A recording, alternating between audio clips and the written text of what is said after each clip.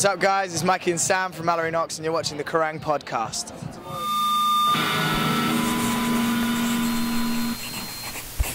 Welcome to the Kerrang podcast, day one. We are backstage with Mallory Knox, two of Mallory Knox. Hello. How are you both? Yeah, amazing, thank you. Yeah, so good. How are you? Good, very, very good. How was the set? It's amazing. I mean, it's kind of hard when you come off stage and people ask you that question, it's kind of hard to put it into words. Yeah.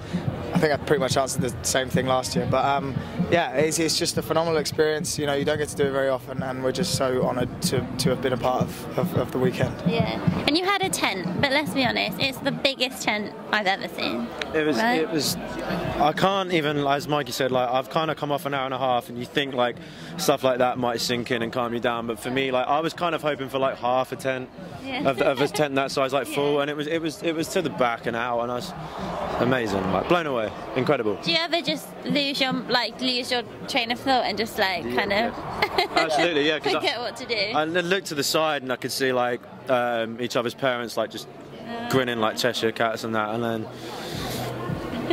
Is Reading extra special compared to Leeds? I think they're both as sort of prestigious and amazing to do, you know, like I mean now we've come off Reading stage, I can't wait to go to Leeds and do the same thing again. But I mean, I think because Reading is obviously it's the one that we would go to, you know, like Leeds is obviously further up north from where we are, so back home, so this is the one that we always like dreamed to play, you know.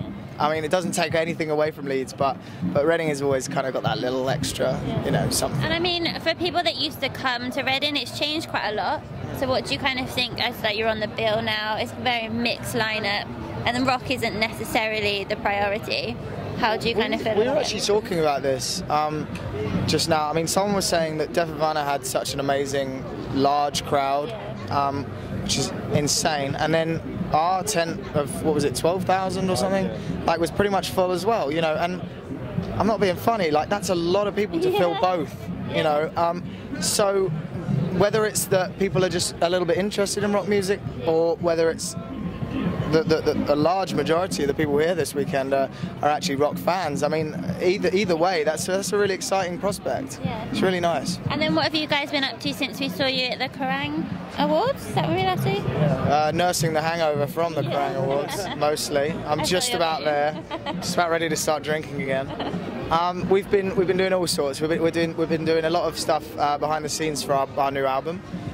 We've shot a couple of music videos.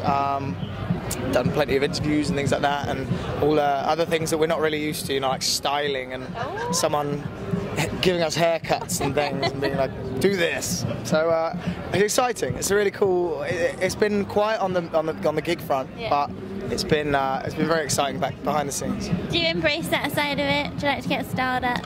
No, straight up no for me. Like it's one of them things that I guess happens now, but no, for me it's just about playing shows and writing.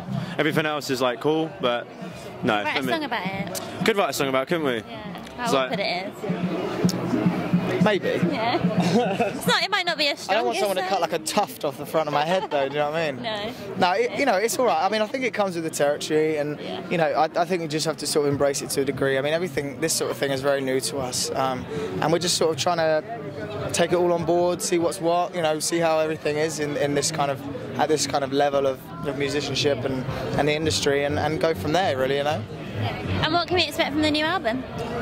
I guess just a furtherment from what we've done before. I've said it a few times, like when you've toured for 2 years as a band and you've jammed and practiced for that long, you can't help but have all of that experience, and it can't help but like make you better. Yeah. So I just guess it's like we've took all of the experience that we've had from the last couple of years and just put it into this album, and it's always going to sound like what we've done before, but it's just a progression, and I personally think it's better, but we'll have to wait and see what people think. So, favourite song off the new album? If you had to pick one, where do we start? It changes all the time for me. I'd say it's joint between a song called When Are We Waking Up and She Took Him to the Lake, which is a 8 minutes long song. So yeah. I think mine's always kind of, well, no, see, I'm the same, I suppose. You know, I love a song on the record called Lonely Hours. That's a big favourite of mine, and couple of others. It's kind of hard. I don't know. I guess it changes when you start playing them live, right? Absolutely. In different situations and scenarios, which is an amazing thing. That's why that's what I hoped we'd achieve with it. And if I'm doing it, then hopefully other people will chop and change between their favourites too. Well, thank you for talking to us. Thank you for having us. Have a good day. Enjoy Leeds. Thanks a lot. You too.